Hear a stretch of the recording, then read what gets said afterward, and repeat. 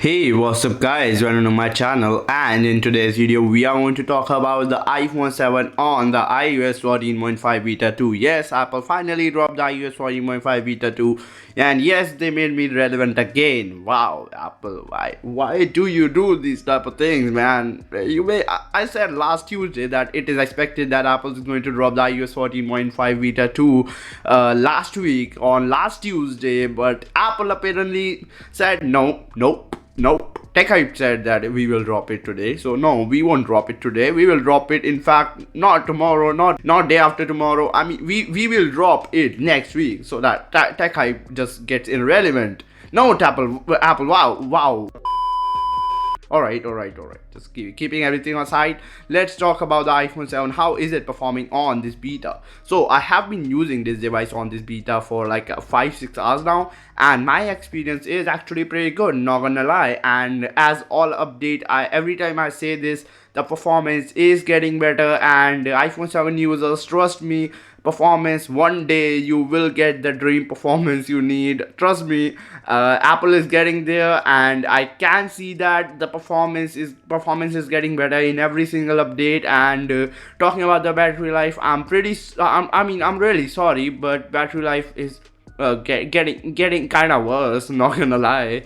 Obviously this is beta, so betas are just not stable. And if you have iPhone 7 or any device as your primary device, and you are thinking about updating it to the betas, I would strictly say just don't do it, please. You can get some resprings and all. That's the reason my iPhone 12 is right now running. Let me show you guys.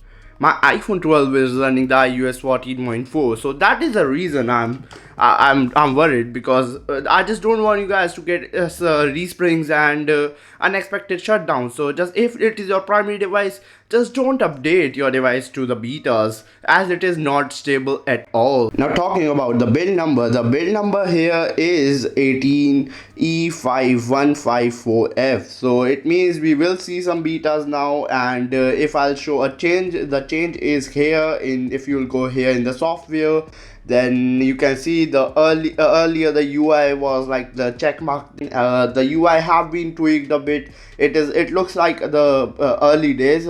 Like, let me bring the iOS 14.4, how it shows here.